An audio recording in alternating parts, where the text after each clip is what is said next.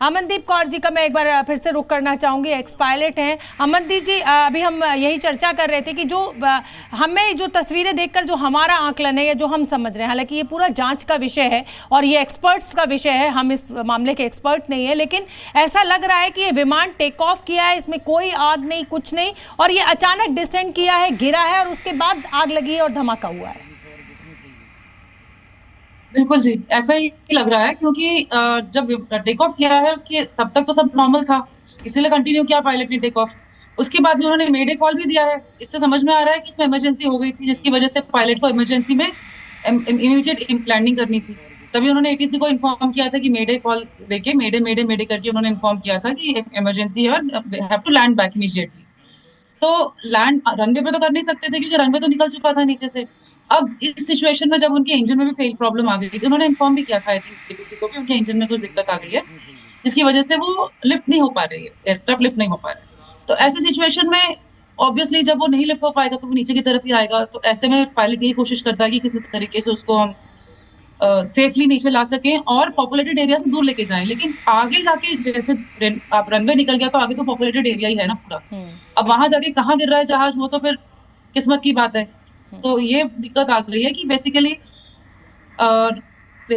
मतलब उस सिचुएशन में उनके पास में क्योंकि और कोई ऑप्शन नहीं था, तो उनको आगे जहाँ पे भी एज अर्ली एज पॉसिबल उनको नीचे लाना था। एयरक्राफ्ट को फ्यूल बहुत ज्यादा होने की वजह से जैसे ही वो बैंक किया ऐसा है, लगता है कि शायद सारे ऑपरेशंस जो थे, जो सारे फंक्शंस थे उस प्लेन के, वो सीज हो गए।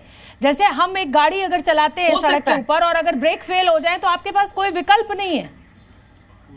बिल्कुल हो सकता है, ये इन्वेस्टिगेशन में पता लग जाएगा अगर ऐसा है, क्योंकि उसके बाद में कुछ कोई और एक्शन भी नहीं लिया ना पायलट ने, सीधा नीचे ही आया। बिल्कुल ठीक है। अब मैं चांसेस है कि ऐसा हुआ होगा। मेरे साथ सिंह साहब भी जुड़े हुए हैं। सिंह साहब, देखिए, दुर्घटना हो गई है, 242 लोगों की जिंदगी जो है वो अभी स्टेक पर है और ये वीडियो लगातार हम अपने दर्शकों को दिखा रहे हैं। इस वीडियो में कैसे आग का गोला ये विमान पूरा बना है और जो एक्सपर्ट्स हमें बता रहे हैं वो बता रहे हैं कि विमान एकदम ठीक ठाक स्थिति में उसने टेक ऑफ किया है और थोड़ी देर वो ठीक ठाक उड़ा है, लेकिन वो डिसेंड करने लगा है, अचानक वो विमान गिरा है और एक इमारत के ऊपर गिरा है और उसके बाद इस विमान में ये भीषण आग लगी है। मैं जल्दी से सिंह साहब आपका रुख करूंगी और आपसे मैं ये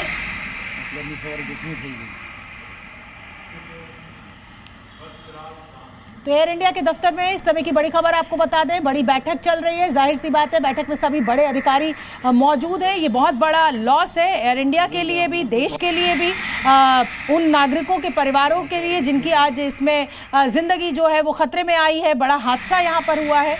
तो इस समय की बड़ी खबर यही है कि एयर इंडिया के रेलवे का 2 विशेष ट्रेन चलाने का भी फैसला लिया गया है।